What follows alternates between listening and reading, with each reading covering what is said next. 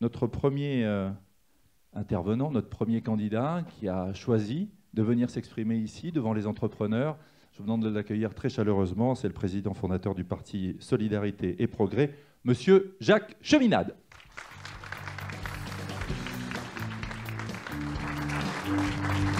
Je vous en prie. Merci à vous, Jacques Cheminade, d'être... Très heureux d'être là, c'est moi qui vous remercie. Plaisir partagé. Alors, venez avec moi. Venez avant que vous ne fassiez votre pitch. Un petit portrait en 3 chiffres. Je suis allé glaner quelques informations. Premier chiffre, 100 milliards, chiffre humaniste. 100 milliards d'euros par an pour l'équipement de l'homme et de la nature. Et ça, vous aimez à le préciser, en créant une banque nationale avec des crédits publics pour de grands projets. Vous aurez l'occasion, pendant cette heure que nous allons passer ensemble, de revenir sur ces sujets. Deuxième chiffre, 80 milliards, chiffre non productif. 80 milliards par mois, soit 960 milliards d'euros par an. C'est, selon vous, le montant émis par la BCE pour renflouer les banques, autant de créations de dettes non versées dans l'économie réelle. L'allègement quantitatif. Voilà. Et puis troisième chiffre, un chiffre un peu plus personnel, c'est 800 000. Chiffre collectionneur. Vous, le collectionneur passionné, il paraît que vous disposez d'un proto-biface du Paléolithique. Alors, je ne sais pas ce que vous savez ce que c'est qu'un proto-biface, je ne le savais pas, mais je me suis renseigné. En fait, c'est un silex qui a 800 000 ans, histoire sûrement d'affûter vos armes lors des combats politiques. Qui sait? Voilà. On peut applaudir. C'est un silex du progrès, parce que le biface, c'est le couteau suisse de la préhistoire, c'est le début, à mon sens, d'une vision par l'homme de son projet vers l'industrie du futur. On appelle ça d'ailleurs une industrie lithique. Voilà, on peut applaudir Jacques Cheminade et le remercier d'être avec nous ce matin ici. Alors, avec ou sans proto-biface, on va écouter votre pitch. Je vous invite à aller au pupitre 4 minutes pour nous dire pourquoi vous et pourquoi vous choisir pour cette élection présidentielle 2017. Je vous rappelle le hashtag présidentiel 2017. Vous pouvez tweeter. On vous écoute. Bonjour. Un mot n'a pratiquement pas été entendu dans cette campagne, un autre a été mentionné, mais déformé. Le premier mot est le mot « industrie ». Bien peu entendu, la France s'est désindustrialisée, au point que la part de notre industrie dans notre produit intérieur brut, vous le savez, est de 12,5%. En même temps, le pouvoir d'achat populaire a stagné. Cela doit être dit, redit et affronté par les politiques. Le second mot est « travail », qui a été déformé. Le préambule de notre Constitution, reprenant celle du 27 octobre 1946, déclare que chacun a le droit à obtenir un emploi. Mais on voit aujourd'hui le travail considéré comme un coût ou une variable d'ajustement et non le moteur de l'économie de demain. La question que l'on se pose dans cette campagne, on l'entend souvent, c'est combien ça coûte, combien ça coûte, combien ça coûte. Il n'y a pas d'argent, il n'y a pas d'argent. Au lieu d'entendre la vraie question, combien c'est porteur d'avenir et combien ça coûte de ne pas faire. Ici, vous êtes entrepreneur, c'est-à-dire précisément les porteurs d'avenir. Et vous employez des travailleurs pour qui vous devez développer les capacités et bâtir les compétences en les associant à vos performances.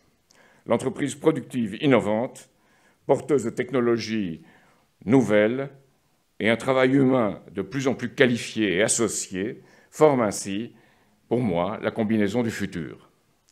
Or, alors qu'une vision pour capitaliser sur nos attentes et un mode d'action pour mobiliser les acteurs sur le terrain sont nécessaires ensemble à une dynamique du capital-travail, je vois plutôt se refléter dans les candidats et leurs partis respectifs une démarche parfois intéressante d'ailleurs, mais cantonnée dans les limites ou, disons, dans le rejet sans alternative d'un capital financier qui est devenu mondialisé, dérégulé et, disons-le, prédateur, à l'opposé d'un patron qui crée et développe quelque chose pour le futur. C'est ce que je combats, ce capital prédateur, non dans un esprit de repli national qui serait absolument suicidaire, mais dans l'esprit de refonder une Europe des patries, des projets et de la justice sociale associée au mouvement des BRICS lancé par la Chine, un système décrit comme inclusif et gagnant-gagnant, sans exclure les États-Unis d'Amérique s'ils le souhaitent. 3 grands projets me paraissent de nature à porter les objectifs communs de l'humanité, l'espace, la mer, l'économie bleue, et le développement de l'Afrique. C'est en effet par l'espace, par la mer et par le développement de l'Afrique que, pour moi, doit passer le chemin de la paix à venir. Le monde change très vite, et comporte le double sens du signe chinois, péril et occasion. Je suis ici pour vous parler de cette occasion à saisir, de ce que nous devons faire pour la France de demain, et non pour perdre votre temps et le mien pour critiquer un système dont on connaît tous les défauts et les dangers. L'erreur chez nous est d'avoir conçu un modèle économique fondé sur des services financiers et commerciaux, le tourisme, le luxe, et une recherche découplée de la production. Cette erreur d'inspecteur des finances, excellents administrateurs, mais ignorants de ce qu'est sur le terrain une industrie. Je suis ici à la fois, bien entendu, pour être écouté, mais surtout à l'écoute. Faisons ensemble ce pari sur l'avenir. Merci. Merci beaucoup, Jacques Cheminade. En plus, le timing a été respecté à la seconde près. Venez nous rejoindre pour la deuxième partie de cette matinée, de cet échange. Justement, la rencontre avec nos 4 chefs d'entreprise et avec... voilà. Absolument, vous avez bien raison d'avoir le livre bleu. Alors, 4 questions, 4 thématiques portées par nos 4 chefs d'entreprise. Première thématique, alors je vais vous donner un micro. La première thématique, c'est la mondialisation. Mondialisation, et c'est Pierre-Olivier De Saulles, qui est président fondateur de ITIA, une start-up. On est dans la programmation informatique. Merci d'être avec nous, Pierre-Olivier De Saulles. On va écouter votre question. Bonjour monsieur. Bonjour, dans le cadre d'Entreprise et Progrès, je suis amené à vous interpeller sur l'Europe. À une heure où l'Europe n'est pas ou plus perçue comme un véritable rempart face aux éventuelles contraintes de la mondialisation, que faudrait-il ajouter ou retirer à l'Union européenne pour faire renaître le sentiment européen? L'Union européenne a fabriqué pour moi une fausse Europe, dirigée, excusez-moi du terme, on dit qu'on peut être poursuivi en justice si on l'exprime, dirigée par un fonds monnayeur qui est Mario Draghi. 80 milliards d'allègements quantitatifs qui tournent dans un système financier et qui ne nourrit pas vraiment l'économie réelle, c'est quand même quelque chose qui, pour moi, est scandaleux. Alors, la mondialisation, c'est un fait. Quand certains ont parlé de démondialisation, ce n'est pas possible. Les différentes étapes de la production sont aujourd'hui mondialisées, c'est un fait, mais elle ne doit pas être financiarisée. Il faut sortir de cette financiarisation. Alors, je pense que l'Europe, celle que j'ai connue quand j'ai représenté la France, il y avait environ 700 lobbyistes. Aujourd'hui, on va contester le chiffre, mais c'est un chiffre exact. Il y a 30 000 lobbyistes. Donc on a une Europe sous influence à Bruxelles et en même temps une Banque centrale européenne qui pratiquement dirige l'Europe en émettant de l'argent, par de l'argent électronique, qui ne va pas alimenter la production et le développement économique. Alors il y a beaucoup de gens qui disent voilà, il faut sortir de l'Union européenne, article 50, etc. Moi aussi, je pense que l'Union européenne telle qu'elle est, il faut en sortir, mais pour rebâtir une vraie Europe. Et pour moi, cette vraie Europe, il faut la recentrer sur, disons, les 6 fondateurs, plus sans doute l'Espagne et le Portugal, pour faire une politique de développement qui soit une politique de développement dans l'intérêt mutuel. Alors l'Europe a fait de très bonnes choses. Elle a fait Erasmus+. Et je pense que les apprentis et des jeunes entrepreneurs doivent beaucoup plus bénéficier d'Erasmus. Je suis même pour qu'on double les fonds d'Erasmus+, rapidement. C'est un véritable succès. Hein, c'est un véritable succès, c'est très bien. Alors avec un problème, hein, c'est qu'il y a, allez, ça ne me rajeunit pas, il y a 50 ans, à peu près 20% des étudiants allemands apprenaient le français, 20% des étudiants français apprenaient l'allemand. Aujourd'hui, ce n'est plus le cas, c'est beaucoup moins. Donc, en particulier avec la France. C'est la faute à Bruxelles, ça? Pas forcément. C'est la faute à Bruxelles Non, ce n'est pas la faute à Bruxelles. Mais, dans un sens, c'est la faute à l'Europe qui n'a pas su donner un sens d'avenir, de vivre ensemble, de se battre pour changeons l'Europe, changeons la France, ce que vous dites. C'est-à-dire pour cette Europe de demain. Et comment bâtir cette Europe de demain autour de grands projets. Et je vois Jacques Delors lui-même dire « je ne reconnais plus mon euro ». On a mis la charrue avant les bœufs, on a mis l'euro avant les projets, et finalement l'euro n'a pas nourri les projets. Donc il faut rebâtir cette Europe. Moi, quand j'étais enfant et que j'avais une mauvaise copie, que je présentais une mauvaise copie, on me disait à refaire. Pour l'Europe, je dirais à refonder avec en vue l'avenir. Une réaction peut-être par rapport à cette réponse? Est-ce que ça vous satisfait, Pierre-Olivier de Saulles? Oui, c'est-à-dire que ça m'éclaire sur ce qu'il faut ôter et ce qu'il faut rajouter. J'ai compris que votre Europe serait une plus petite Europe, mais une Europe peut-être plus forte. Une Europe cœur, je dirais, dont le cœur bat. Pas seulement, il n'y a pas que le cœur de la France qui doit battre, c'est le cœur de l'Europe. Et une Europe qui sortirait de l'euro, qui est devenue, disons, la courroie de transmission du système monétaire financier international, ce que j'appelle le monde de la City et de Wall Street. Mais pour avoir une monnaie commune, et une monnaie commune qu'on défend et qu'on négocie entre États, et entre États, on voit les parités relatives des monnaies nationales. Mais vis-à-vis de l'extérieur, on a cette monnaie commune, et on a surtout les projets. Et l'Europe du futur, pour moi, c'est une Europe des projets, et aussi des États souverains.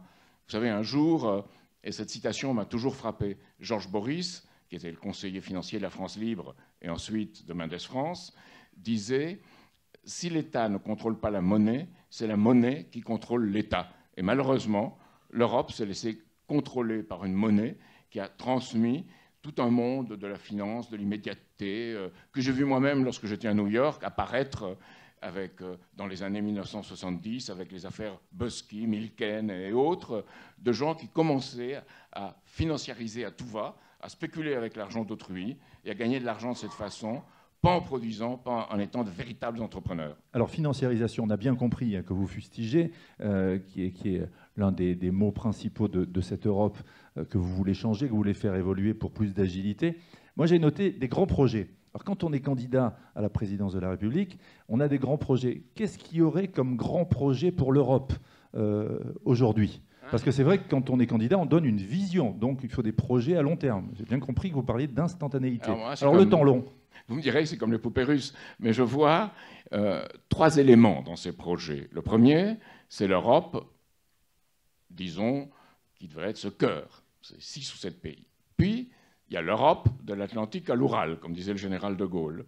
Et puis, il y a l'Eurasie, depuis Lisbonne jusqu'à Pékin et Vladivostok. Donc, qu'est-ce que je veux dire par là? Je veux dire que pour faire ces grands projets, même l'Europe, telle qu'elle est ou telle que je la conçois, ne peut y suffire. Et pour ça, il faut une association dans ces grands projets vis-à-vis de ce que les Chinois aujourd'hui présentent comme une ceinture, une route, la nouvelle route de la soie, qui sont des grands projets fondés sur des investissements énormes des Chinois.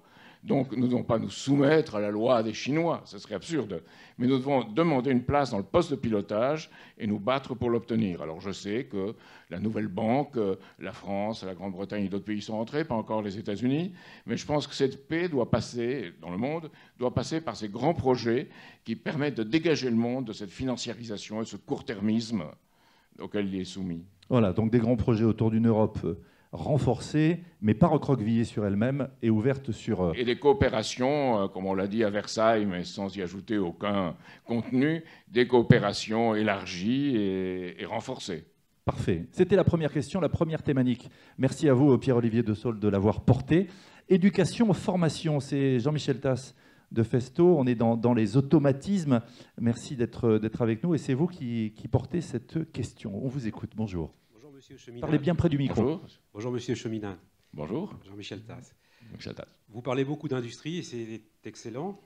Mais dans l'industrie, nous avons un certain nombre, nous parlons de futur, nous voulons développer nos entreprises. Et pour ça, on a besoin de jeunes bien formés. Nous avons besoin de recourir à l'apprentissage. Il s'avère qu'à l'heure actuelle, certains de nos voisins sont beaucoup plus performants dans ce domaine-là et apportent des solutions très concrètes à nos sociétés. Encore aujourd'hui, en France, il est extrêmement difficile d'orienter des jeunes vers ces filières qui ne sont pas encore considérées comme des filières d'excellence. Il pourrait être très judicieux de donner une autre image à ces filières-là, de telle sorte à ce que ça soit beaucoup plus efficace et que parallèlement à ça, nous ayons beaucoup plus de possibilités pour recruter. Puisque ce qui est aussi très paradoxal, c'est qu'aujourd'hui, on parle beaucoup de chômage, mais nous avons toujours autant de difficultés à trouver des jeunes formés, opérationnels, pour entrer dans nos sociétés industrielles.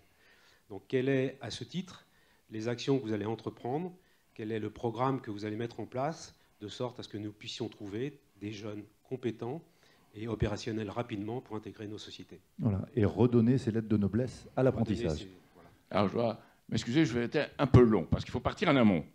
Il faut avoir une maternelle où les enfants découvrent comment on pense, comment on a une capacité de jugement, peu à peu, en imitant leur enseignant et en jouant par eux-mêmes, en développant leur autonomie avec des moyens. Ça coûte cher, parce qu'il faut un enseignant pour 12, maximum 15 enfants, et en plus, il faut les moyens. La méthode Montessori, il faut des moyens, ça coûte à peu près, disons, 10 000 euros. Donc, mais je crois que l'État doit faire cet effort. Ensuite, il faut faire le point en CP et voir si chacun y est arrivé.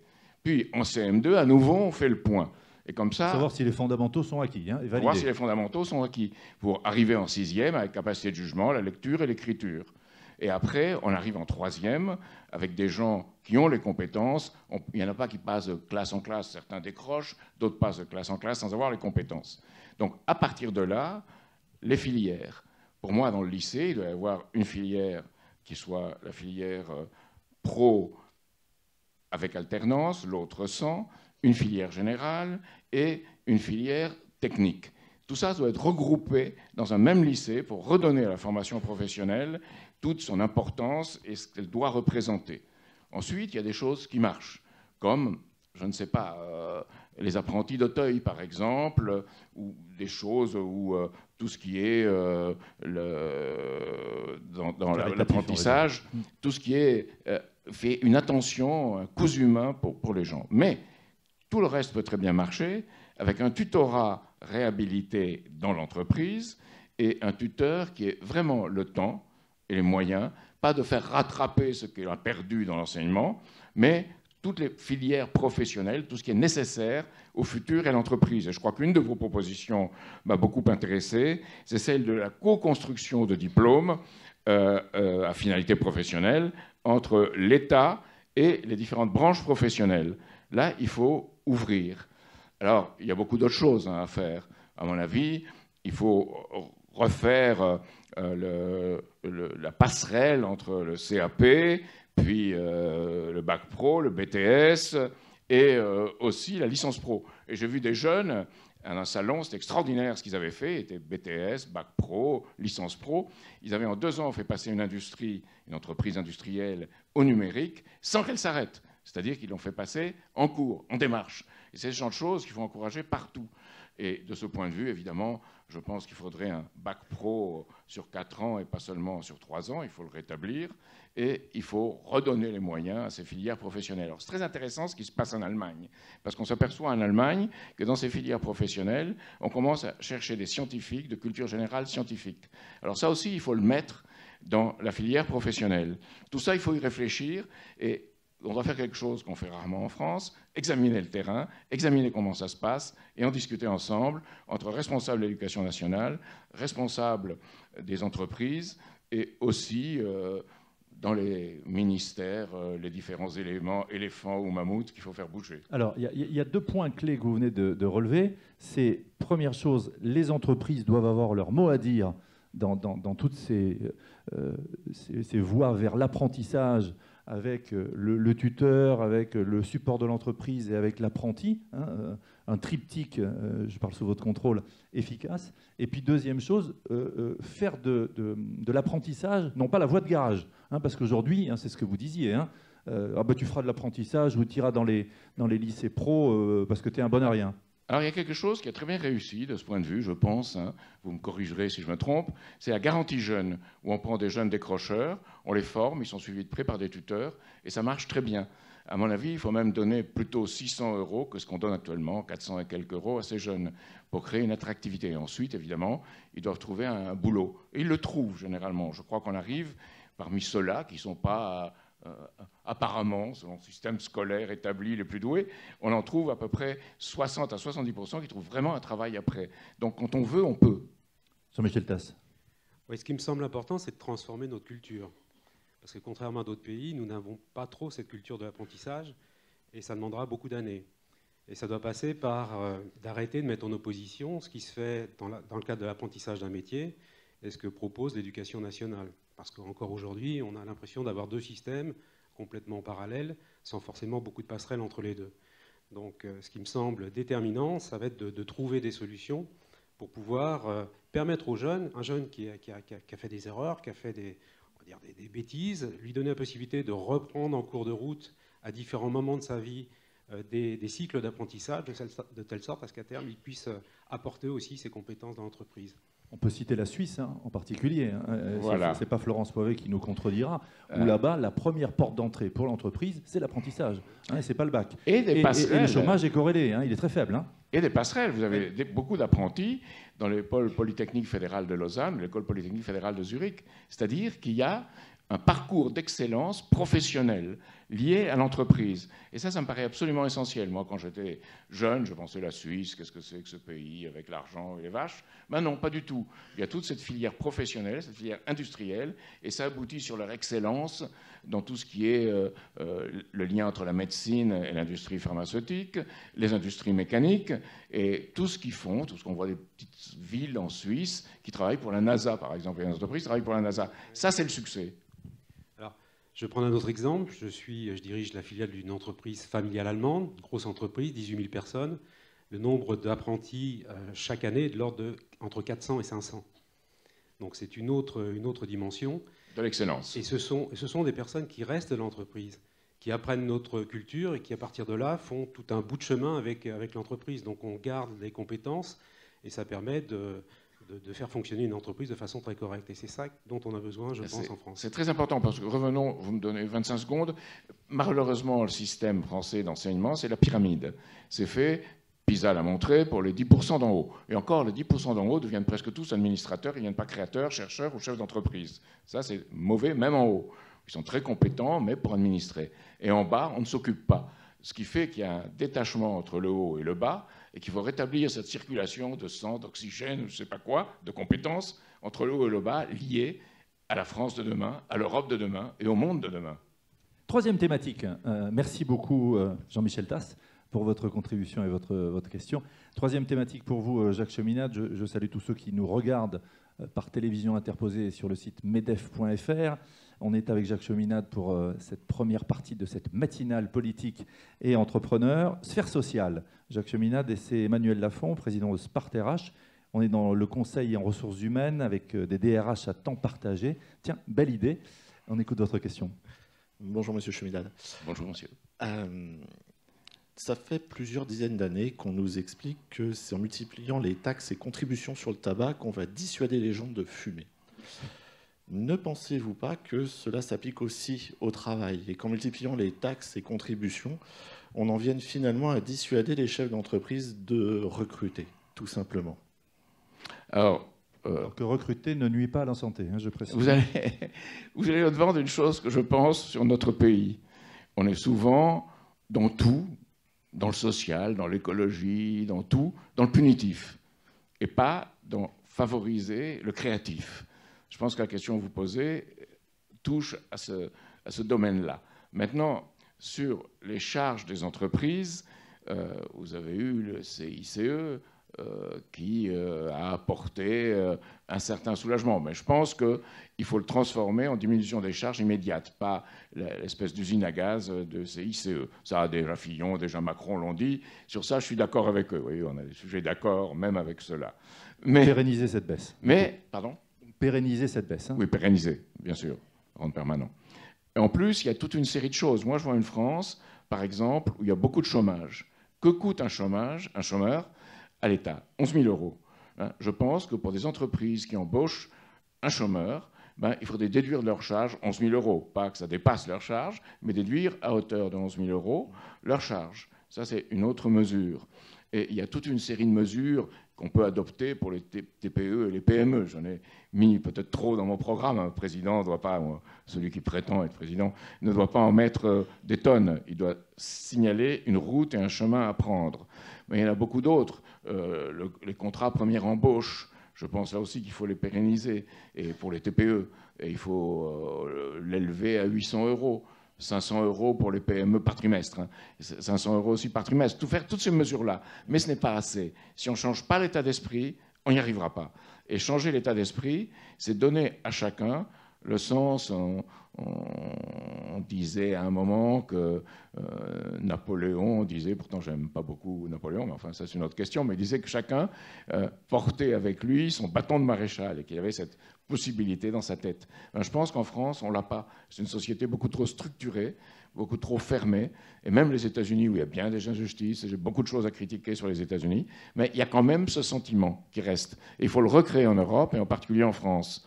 Donc ça, c'est pour aller au-delà. Alors, évidemment, ça suppose aussi qu'on réfléchisse ensemble à la question essentielle pour l'entreprise, qui est celle des marges, et qu'on voit comment on peut, disons, faire en sorte que les charges permettent de faire des marges, et pas simplement que les charges soient prises pour autre chose. Alors moi, je vais vous dire, franchement, je pense qu'on peut faire toutes ces mesures, et il faut les faire, même si elles coûtent, mais il faut prendre des mesures. Ça ne me choque pas d'augmenter de 2 ou 3 points la TVA, à condition que ce soit pas sur les produits de première nécessité. Ça ne me choque pas d'augmenter d'un point la CSG. Ça ne me choque pas, mais à condition que ce soit des mesures qui permettent ce développement de demain, de la production. Et pour la TVA de 2 ou 3 %, c'est une mesure aussi de protection pour nos productions nationales.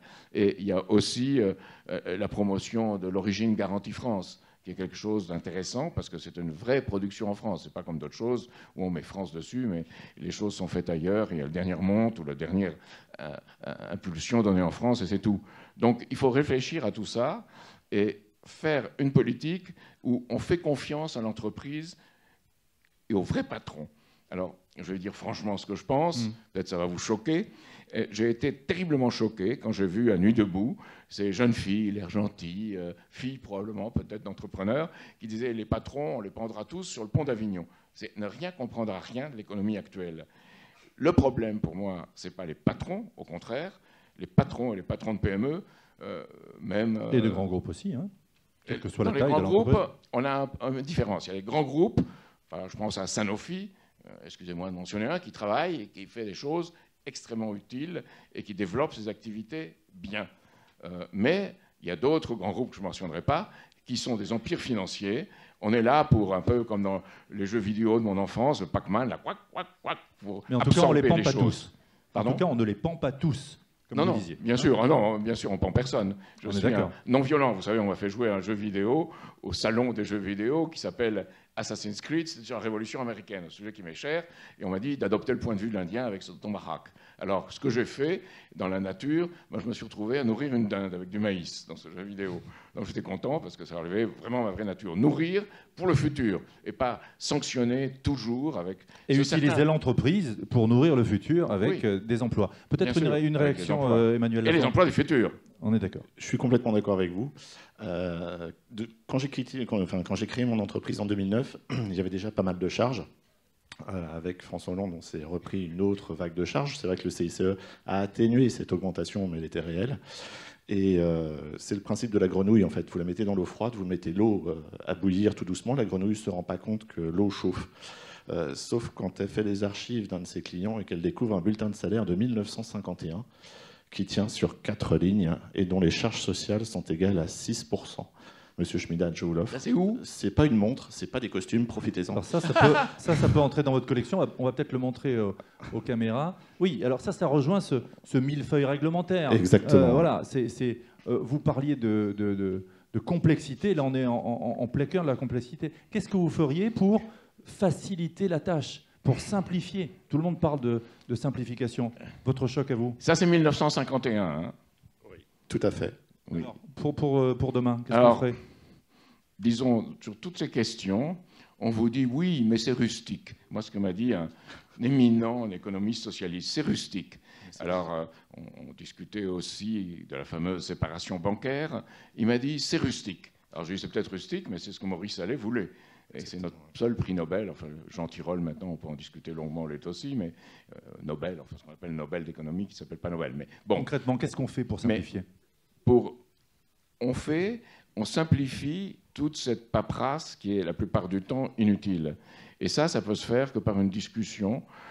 Hollande avait parlé de sa fameuse boîte à outils, qu'il allait simplifier les choses. Il ne l'a pas fait parce qu'il est prisonnier d'un certain milieu, et un milieu où il n'y a pas d'entreprise. Je pense, par exemple, autre chose, au commissaire au redressement productif de Montebourg, qui en nomme des administrateurs, ou des gens qui ont fait l'ENA ou pas, et on nomme pas des chefs d'entreprise. Donc les chefs d'entreprise doivent être nommés, et eux peuvent dire ce qu'il faut. Et ça, je ne crois pas qu'on trichait en 1951 en faisant ça, pas du tout. Au contraire, on simplifiait. Et là, je vois, c'est un poste de serrurier. Je pense, c'est pas seulement pour les serruriers, c'est pour tout le monde. Et son salaire net était pour 40 heures de 3 640 francs, si je ne me trompe pas. C'est vraiment pas mal. Payé toutes les semaines en liquide, oui. C'est pas mal. En tout cas, plus qu'un serrurier gagnerait peut-être aujourd'hui. En tout cas, ce qui est clair, c'est que vous mettez les entreprises au centre du jeu pour simplifier, pour construire l'avenir et la dynamique de l'économie française. Merci Sans beaucoup. complaisance, hein, mais avec sérieux et clairvoyance. Et clairvoyance, et en sachant que c'est un partenaire. Parce qu'en France, un partenaire tend souvent à devenir un adversaire. Il faut un partenaire pour faire des choses. Voilà, on n'est pas dans la lutte entre... Je le garde. Ah ben oui, c'est un cadeau. De la part d'Emmanuel Lafont. Merci beaucoup pour votre question. Hugues Lebré, vous êtes fondateur du groupe Nickel. On est dans les services bancaires alternatifs. Une question sur le financement de l'économie pour Jacques Cheminade. Bonjour Jacques Cheminade. Bonjour. Alors j'ai lu votre programme. Ça décoiffe. Hein. Vous avez fait une introduction qui donnait quelques grandes lignes. Et en fait, ce que j'ai du mal à voir, c'est la trajectoire et les objectifs. Alors c'est vrai que si vous êtes élu, vous partirez d'une situation qui est plutôt difficile. C'est-à-dire plus de 2000 milliards de dettes hors passifs sociaux, prélèvement obligatoire de 57%. Il n'y a pas que ça. Taux de croissance très faible, 5 à 6%, taux de chômage de 10%, déficit public supérieur à 3% du PIB. Donc j'ai une première question qui pourrait être assez rapide, et puis après on viendra plus dans les détails du programme. Si vous êtes élu à 5 ans, sur les grands agrégats que je viens de signaler, qui disent difficiles, quels sont vos objectifs de réduction de la dette, des prélèvements obligatoires, de croissance, de chômage? Je vais être très franc avec vous. Je pense que la dette telle qu'on l'a ne pourra jamais être remboursée. Ce n'est pas seulement la Grèce, hein, c'est aussi la nôtre. Donc il y a 3 façons de le traiter. La première, c'est la déflation. Ce qu'on a fait un peu jusqu'à maintenant. Ça donne l'austérité sociale. Moi, j'ai bien lu un rapport de JP Morgan de 2013 qui dit on a obtenu des droits du travail en Europe grâce aux constitutions qui ont été votées et adoptées après la victoire contre le fascisme et le nazisme. On a eu des lois protégeant le travail. Il faudrait peut-être les, disons, flexibiliser, dissiper l'illusion des retraités, créer une société où on diminue le coût de travail. Bref, considérer le travail comme une valeur d'ajustement et pas comme un objectif pour le futur. Et ils ajoutent, d'ailleurs, je l'avais montré à Emmanuel Macron quand il était à l'Élysée, où ils ajoutent que dans ce cas, peut-être il faudra des mesures plus autoritaires. Je pourrais le montrer aujourd'hui à Marine Le Pen, puisque son conseiller Bernard Monod dit « Je veux être l'ami de marché, je me précipite vers les marchés, c'est eux qui nous permettront d'exercer le pouvoir. » Mais vos objectifs à 5 ans en termes de taux de chômage, de taux de croissance, de déficit public? Je pense qu'aujourd'hui, tous les chiffres qu'on produit sont des chiffres illusoires. Les gens sortent des chiffres, des chiffres, des chiffres. Sauf qu'en tant que président, vous devez donner des perspectives au pays. C'est-à-dire à 2 ans, non, ma perspective, c'est au lieu d'émettre la part France de l'allègement quantitatif de Draghi, de la Banque Centrale Européenne, c'est à peu près 120 milliards par an pour le système financier, pour entretenir ce système financier, avec les banques qui ne répercutent pas, vous le savez vous-même, puisque vous avez traité cette question tout est corrélé, donc on ne peut pas dire ça. Mais ça ne vient pas dans l'économie productive, l'économie physique et l'économie réelle. Donc moi, je suis partisan pour que la France, avec d'autres pays, mais en ce qui concerne la France, on débloque, alors tout le monde pousse des cris d'orfraie quand je le dis, 100 milliards par an sur 5 ans pour créer 5 millions d'emplois. Voilà le but. Alors ces 100 milliards, c'est pour des choses qui permettront le remboursement. C'est le crédit productif public. Après la guerre, on n'avait rien. On n'avait pas de rente, on n'avait pas d'épargne, on n'avait rien. Et on a reconstruit avec du crédit public. Moi, j'ai vu Brest, quand je suis arrivé tout enfant, Brest et Caen. Je les ai revus 10 ans ou 15 ans après. c'était reconstruit, mais pas avec des choses qui existent déjà, avec un pari sur l'avenir. Et Louis Armand, quand il était au plan, il parlait de ce pari sur l'avenir. Donc je fais ce pari sur l'avenir et je dis que c'est possible à condition qu'on voit cette question de la dette. Alors on y revient, déflation, inflation, et puis il y a la solution, parce que dans le judaïsme et l'histoire du judaïsme, on appelle le jubilé, c'est-à-dire qu'à un certain moment, on décide dans les dettes, celles qui sont légitimes et qui doivent être remboursées, d'autres pour lesquelles il faut un moratoire, et d'autres enfin qu'on peut annuler. C'est ce qu'on a dû appliquer à la Grèce, on ne l'a pas fait, et on doit avoir cette infection qui va continuer en Europe, et on le verra bientôt, parce qu'on n'a pas voulu prendre le taureau par les cornes et traiter le problème. Donc pour rentrer plus dans les détails du programme, donc c'est un programme où, là aussi, j'ai du mal à définir la ligne. C'est-à-dire qu'à la fois, vous sortez de l'euro, à la fois... Oui, mais pas pour le plaisir d'en sortir. C'est parce que l'euro est devenu un vice de ce système. Donc pour rétablir entre pays européens une monnaie commune, qui soit une monnaie de protection, et à l'intérieur des monnaies nationales qui peuvent être négociées avec des marges, avec une Europe recentrée sur un nombre de pays plus limité. En même temps, vous relancez des nationalisations, vous créez une banque publique, nationalisation, vous recréez la direction du plan. Oui, la nationalisation, pas nécessairement.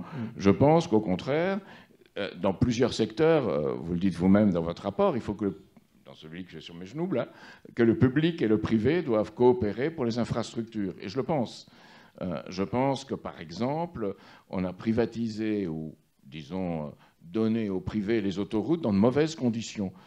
Je pense que ça aurait pu être fait dans de meilleures conditions de coopération entre l'État et les différentes sociétés qui font très bien leur travail. Eiffage a fait le plus beau pont du monde, donc qui font bien ce travail. Et c'est là que l'État, il y a cette espèce de confusion en France entre l'État, les entreprises financières, les entreprises qui produisent. Il faut sortir de cette confusion. Donc il y a une ligne assez étatiste avec recréation du plan, banque publique, oui, mais... certaines nationalisations, et en même temps, sur les entreprises, vous ne revenez pas sur les 35 heures, les heures supplémentaires sont payées à plus 25%. Non, je suis pour une défiscalisation des heures supplémentaires. Hein. Il faut revenir à la défiscalisation, ça c'est certain. Donc payer 25% de plus, mais sans fiscalité supplémentaire. Et laisser sur les 35 heures une flexibilité. Il y a des entreprises, surtout pour les petites et moyennes entreprises et les TPE, surtout les PME, et même les ETI. Donc, négociation au niveau des entreprises ou au niveau de la banque ? Pour cela, oui.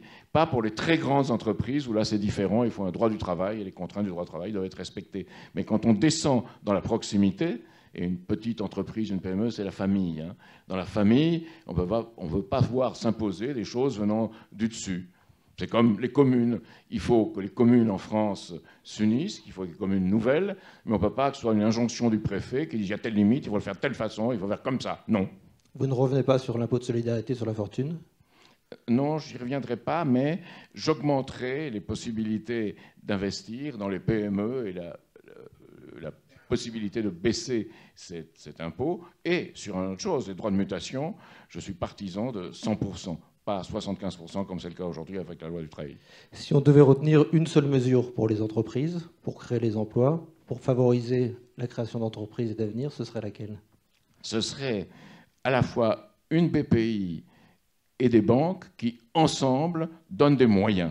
Alors, pour moi, pour la BPI, en ce qui concerne la BPI, il faudrait donner la possibilité aux banques de participer à son capital, en échange d'une diminution de la dette des banques, de la dette que les banques ont vis-à-vis de l'État. C'est pas très concret. Donc, pour les entreprises, ce que vous dites. C'est très concret, parce que si une BPI a 40 milliards de plus, et si on arrive progressivement à 120 milliards, elle est contrainte de développer les incubateurs de PME.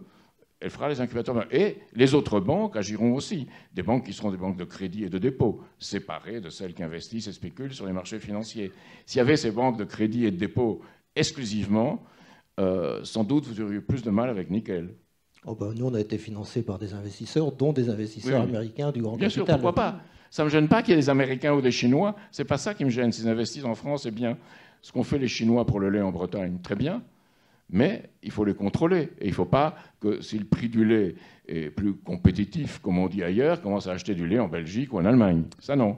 Voilà, c'était la réponse de Jacques Cheminade. Merci à vous, Hugues Lebray pour ces questions pertinentes. Merci à vous quatre. La parole aux entreprises, c'est aussi la parole aux fédérations partenaires du MEDEF qui sont ici ce matin. Et on va se tourner vers l'assistance avec, dans l'assistance, Bernard Bismuth pour la FIEC, président du Club Rodin, le think tank de la FIEC. Vous êtes avec nous, on va vous écouter. Prenez le micro et Jacques Cheminade va répondre à votre question. On vous écoute. Voilà, le micro arrive. Voilà, je vous l'ai dit, des échanges, des questionnements et des réponses de Jacques Cheminade. Bonjour Monsieur Cheminade. Oui, bonjour. Ma question porte sur le rôle de la production sur le territoire. Les candidats à l'élection et vous-même, avez-vous conscience de la valeur ajoutée importante qui est apportée par la production industrielle et de son effet de levier sur la croissance et l'emploi dans notre pays? Quelles sont vos propositions pour améliorer la compétitivité de notre industrie et inverser la mauvaise tendance actuelle? Je me suis permis de lire votre programme. J'ai bien regardé ce que vous avez écrit sur les PME. Je n'ai rien vu de spécifique sur la production industrielle. Alors si Merci Bernard Bismuth. il faut créer, je pense, une forme d'investissement vis-à-vis des PME qui fasse passer l'argent de l'assurance vie vers l'industrie productive. Tout le monde le dit, Montebourg, Macron l'ont dit. Mais je ne vois pas très bien non plus leurs propositions. Donc moi, j'en ai une, c'est créer un crédit d'impôt région-industrie où, au niveau de la région, on permettra aux gens d'investir dans les industries productives, dans le territoire, pour remailler le territoire, et on leur permettra, dans les conditions les plus favorables, pour le faire, avec des déductions fiscales. Donc, c'est un peu comme le crédit impôt recherche, qui doit être d'ailleurs reciblé vers les petites et moyennes entreprises, mais c'est pour le sens qu'ont les gens. Alors, il faut des véritables régions. Quelqu'un en Alsace ne voudra pas investir, je pense, en Champagne-Ardenne. Donc, il faut que ce soit de vraies régions dans lesquelles les gens soient attachés et qu'il y ait ce développement dans les différentes régions, et l'État ayant pour mission de combiner, de coordonner et d'harmoniser les choses. Donc, voilà, une mesure. Maintenant, l'autre mesure, évidemment, c'est l'impôt sur la fortune et tous les avantages accordés aux PME pour pouvoir investir et déduire de l'impôt sur la fortune des sommes beaucoup plus importantes que les sommes actuelles. C'est un stimulant. Je ne crois pas que politiquement et socialement on puisse éliminer d'un revers de la main l'impôt sur la fortune ou faire ce que propose Emmanuel Macron, rien pour l'immobilier. On garde l'immobilier et on élimine tout le reste. Je pense qu'on ne peut pas le faire politiquement. Donc ce qu'il faut faire, c'est donner tous les moyens avec une arme dont on dispose pour l'investissement, là où on crée en France cet élan vers le demain. Comment vous voyez l'industrie justement française dans les territoires, en lien avec ce que vous disiez Bernard Bismuth, à l'horizon 5 ans? À l'horizon 5 ans, c'est revenir à une véritable politique d'aménagement du territoire. Aujourd'hui, on peut dire que sous la contrainte financière, on a un véritable désaménagement du territoire. Donc, il faut recréer ce sens du territoire. Et ça, c'est en donnant aux régions aussi des moyens. Moi, je vois, par exemple, une Marine Le Pen disant qu'il faut revenir au triptyque français, commune, département, État. Et il y a un autre triptyque maintenant, qu'on le veuille ou pas, il est là, c'est intercommunalité, c'est métropole et région, et c'est l'Europe. Donc, comment faire que ces deux triptyques coïncident? On ne veut pas dire on veut balayer revers de la main le nouveau pour préserver l'ancien. Et ça, c'est la politique d'aménagement du territoire. Donc, à condition que, évidemment, il n'y ait pas une politique de région qui s'impose comme tout à fait non coordonnée avec l'État et soit une Europe des régions. Ça, je pense que c'est une erreur. Il faut une Europe qui soit une Europe à la fois des régions et des États, ensemble. Avec des territoires forts. Avec des dirigeants forts dans les régions. Et des territoires forts. Je crois qu'on est un... Excusez-moi, je ne suis pas exactement de sa sensibilité, mais que la Bretagne et Le Drian, ça a aidé. Ça a aidé. Donc, c'est d'avoir des dirigeants de ce type. Colomb à Lyon, je ne suis pas de sensibilité, encore moins, parce que Colomb me semble avoir fait prévaloir la métropole contre le reste, mais une métropole qui ne soit pas une pompe aspirante, mais qui donne les moyens autour d'elle, oui. Et qui soit compétitive par rapport à d'autres territoires dans d'autres pays. Oui. Parfait. Oui, et établir ces relations avec d'autres pays. Hein. Ça va être établi au niveau région-région. Et une chose que je regrette, c'est toutes ces relations entre villes françaises, villes allemandes, petites et moyennes, qu'on avait à une époque. Le jumelage, aujourd'hui, a tendu à se distendre et à se perdre. Une vraie Europe, c'est une Europe où il y a du jumelage. Alors, on va continuer cette matinée avec vous, Jacques Cheminade. Merci à nos 4 chefs d'entreprise. Merci à Bernard Bismuth aussi pour sa question et sa contribution. Le 4e temps de nos échanges, c'est une photo. En fait, c'est un cas pratique. Une photo que vous allez découvrir, que vous ne connaissez pas, qui va s'afficher derrière nous. On veut votre réaction à chaud devant cette photo. Quelle légende vous pourriez mettre sur cette photo, histoire peut-être d'entrer dans la légende, justement. Et ensuite, il y a une question qui viendra. Alors, qu'est-ce que ça vous inspire? Pas d'intervention au Mali seulement pour arrêter les djihadistes, mais une véritable intervention pour reconstruire.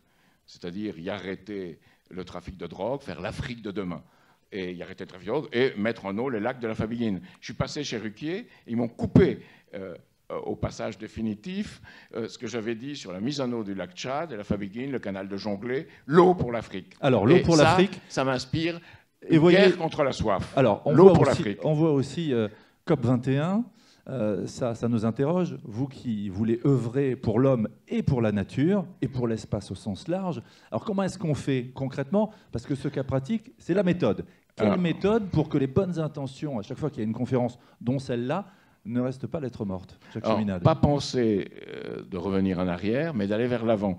C'est-à-dire, ce que tout patron sait, les technologies du futur, intervenir, par exemple, sur la question du climat, pour pouvoir intervenir sur le climat et voir ce qu'on peut y faire, et aussi en créant les ressources en eau pour réussir Antoine Frérot vous écoute avec attention. À renverser la situation actuelle. On sait maintenant, j'ai un ami qui s'appelle Alain Gachet, qui par radar, et avec les Nations Unies, identifie les nappes aquifères. Il faut les développer. On l'a fait dans les camps du lac Tchad, on l'a fait au Kenya. Il faut le faire très vite. Actuellement, au Kenya et en Somalie, il se prépare, et surtout en Somalie, il se prépare une famine terrible et un manque d'eau. Donc si le bétail meurt, les hommes meurent. Hein. Donc il faut avoir cette politique-là. Et en même temps, il y a toute la politique de dessalement de l'eau de mer, désalinisation. Et oui, il y a le recyclage, il y a tout le gaspillage aussi, des eaux usées. Le gaspillage aussi de l'eau. On l'a dit Valéo, le recyclage des eaux usées, c'est très important pour nos pays. Alors ça, c'est pour l'eau. Vous avez vu que cette année 2016, qui vient de s'écouler, ça me fait penser. Hein. Voilà, a été celle qui a été la plus chaude en termes de température aussi. Alors qu'est-ce qu'on fait quand on est avec des interlocuteurs comme la Chine ou comme les États-Unis, avec, vous l'avez vu, la politique de Trump qui ne va pas vraiment dans ce sens-là? Je pense que nous non plus, on ne va pas dans le bon sens, parce que ce n'est pas en s'abstenant et en reculant... Oui, mais en tout cas, on ne revient pas sur ce qui a été signé. Vous qui avez vécu aux États-Unis... Ce qui a été signé, c'est des choses qui restent abstraites. Rien n'a été signé de concret. Fabius a célébré le grand succès de cette conférence. Je crois que c'est des choses qui restent abstraites. On aurait pu ne pas le faire. Concrètement, la méthode de Jacques Cheminade, qu'est-ce que c'est? Vous savez, c'est un peu comme la réforme bancaire de François Hollande. Il aurait pu pas la faire, mais il en a fait une fausse. Elle est encore pire. Alors les vraies mesures de Jacques Cheminade, on a vu pour l'eau, pour le climat. Qu'est-ce qu'on fait alors? L'autre, je pense, ça me fait penser à la francophonie. 85% des francophones seront africains en 2060. Donc il faut penser à la langue aussi. Et tout l'effort de la francophonie, c'est le lien entre la langue et aussi le développement sans penser nécessairement à de très grandes choses, mais le développement de l'enseignement professionnel et d'une culture de l'entreprise en Afrique. Si on revient sur l'écologie, qu'est-ce qu'on dit aux États-Unis, qu'est-ce qu'on dit à la Chine? Pardon? Qu'est-ce qu'on dit aux États-Unis, qu'est-ce qu'on dit à la Chine par rapport à ces sujets-là? On n'a pas grand-chose à leur dire, ils sont trop puissants pour nous. Ce qu'on a à leur dire, c'est qu'ils ne doivent pas, avec leurs produits, venir chez nous. On a fait une bêtise avec le solaire. On a financé la pose de panneaux solaires et pas la production de panneaux solaires. D'où les panneaux solaires, 90% maintenant sont chinois. Donc on a commis une erreur. Et ce genre de choses, il faut le négocier pas à pas, avec tous les moyens, avec ces pays. Mais je pense que cependant, il y a en Chine et aux États-Unis, il faut prendre 30 pommeaux.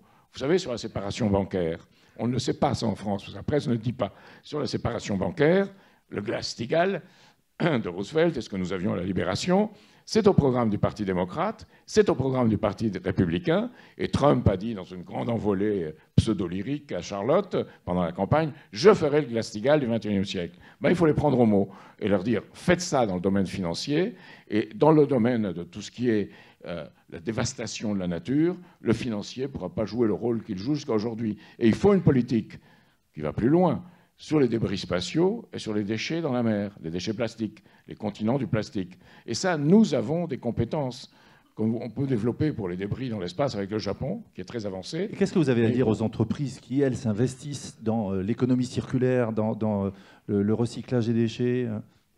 Ben, à elles, il faut donner tous les avantages qu'on peut donner, et la commande publique doit jouer un rôle dans ce sens.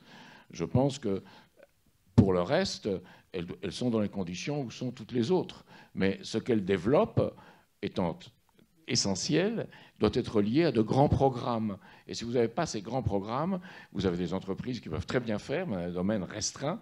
Il faut leur donner la capacité de participer à ces grands programmes, ce qui suppose une planification indicative et une orientation dans ce sens. Une planification indicative respecte l'entreprise. Elle n'est pas là pour faire du dirigisme stérile. Elle donne le là, comme on dit. Elle donne le là. Il faut un chef d'orchestre qui donne le là et qui dirige. Voilà, on a bien compris que ce serait peut-être vous, Jacques Cheminade. On peut applaudir Jacques Cheminade et le remercier pour sa contribution. Alors, ce ne sera pas moi, parce que à cause de l'argent qui alimente toutes les campagnes, je ne suis pas assez connu, on ne connaît pas assez toutes mes idées, mais je pense que la France va vers une zone d'instabilité dans laquelle le futur président n'a pas de majorité. Et à ce moment-là, oui, les idées que j'aurais pu transmettre dans cette campagne pourront alimenter le débat, l'enrichir et l'élever, ce dont il a bien besoin. Alors, vous allez vous retrouver au pupitre pour votre pitch de conclusion, hein, les 5 temps, pitch d'introduction, le temps d'échange avec les entreprises, ensuite la question d'une fédération, la photo surprise, et puis maintenant le pitch de conclusion. Pourquoi vous et pas un autre, Jacques Cheminade? On vous écoute.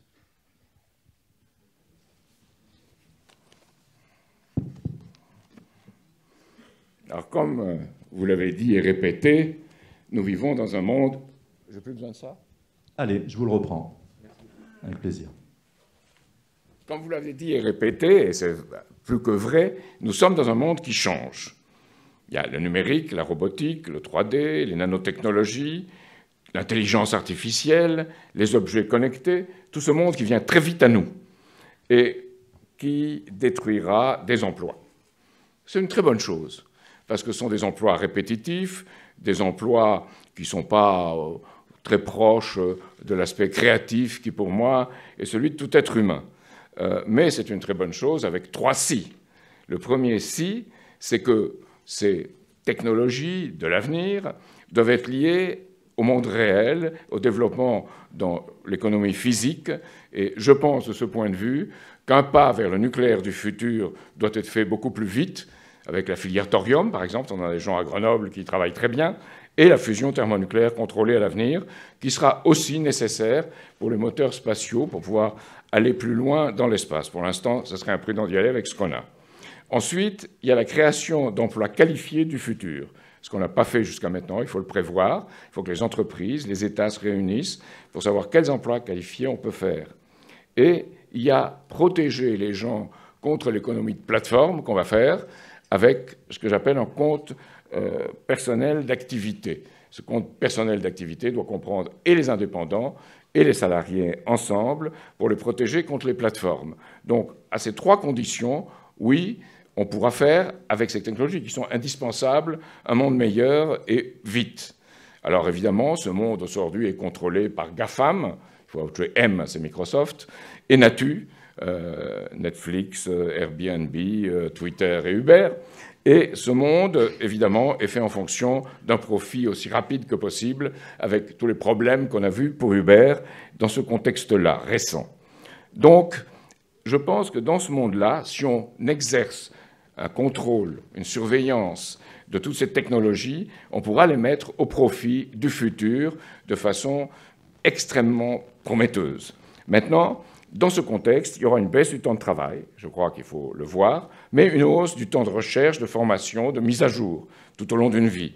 Et en même temps, organiser un loisir intelligent, comme on l'a eu en France à une époque, et on l'a beaucoup moins aujourd'hui.